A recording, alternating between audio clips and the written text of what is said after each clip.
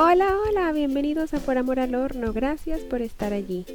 ¿Quieres preparar un rico postre pero no tienes las herramientas para medir los ingredientes?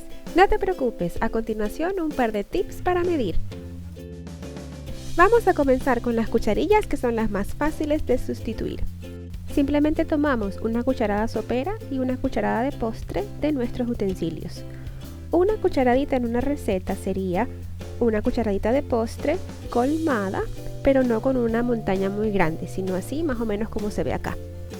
Ahora, si la receta nos pide media cucharadita, tenemos que hacerlo ya al ojo por ciento, no es tan exacto, pero cuando veamos más o menos que la mitad de nuestra cucharadita de postre está llena, esa es la medida. Y un cuarto de cucharadita, pues entonces un cuarto de la cucharadita y así sucesivamente.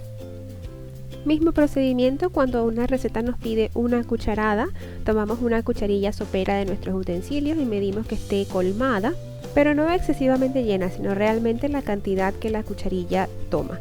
Media cucharada, entonces así igual, al ojo por ciento, y así sucesivamente, así de sencillo.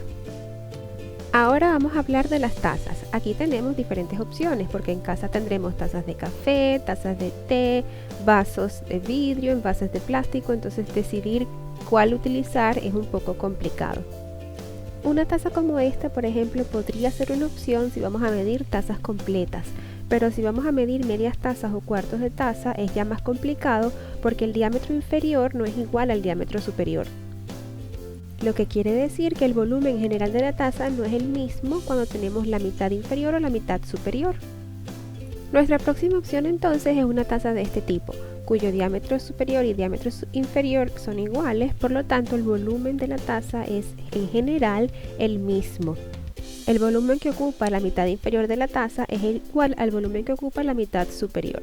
Podríamos escoger esta taza como nuestra medida, pero la desventaja que tendría es que no podemos ver la mitad de la taza o el tercio de taza cuando queramos medir. Tendríamos que verlo desde arriba y no sería una medida muy exacta. Entra en juego entonces una tercera opción, un vaso de vidrio cuyo diámetro superior e inferior sean iguales para que el volumen sea uniforme. En teoría, este vaso de vidrio podemos marcarlo con un marcador y colocar la mitad donde está, un tercio de taza, un cuarto de taza y así sucesivamente y medir nuestros ingredientes. Otra opción que tenemos que es más rápida y precisa es revisar nuestros utensilios de cocina.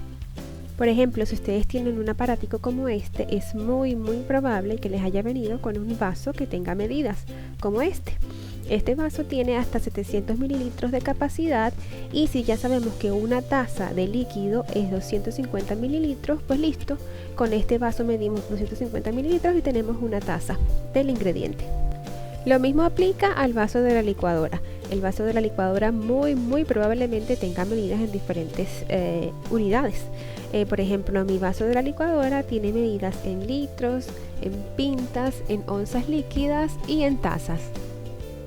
Tener la medida ya directamente en tazas es súper útil. Con este vaso puedo medir directamente 5 tazas de ingrediente, con lo cual, bueno, ya me soluciona un problema y es una medida más exacta que puedo reproducir en varias recetas.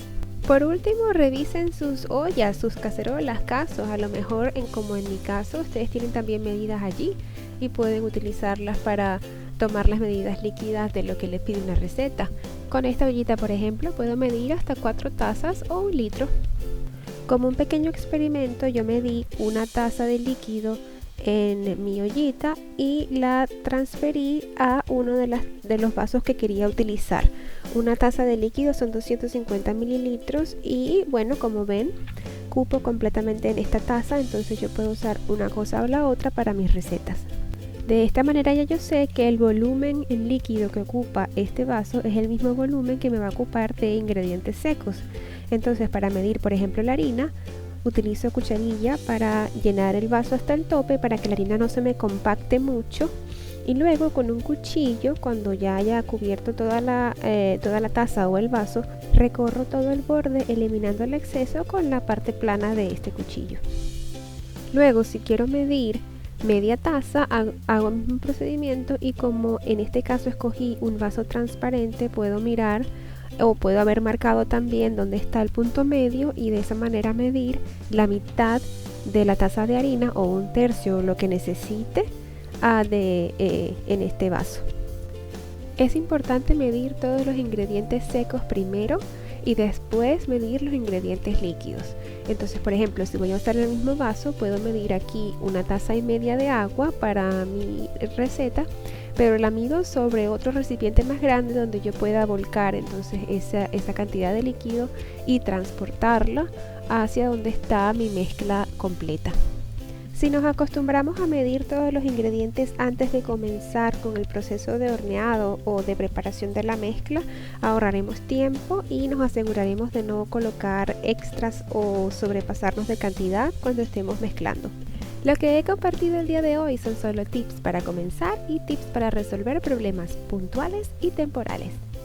Si estamos pensando en hornear de manera más frecuente, lo ideal es invertir en las herramientas adecuadas para que podamos reproducir recetas deliciosas una y otra vez.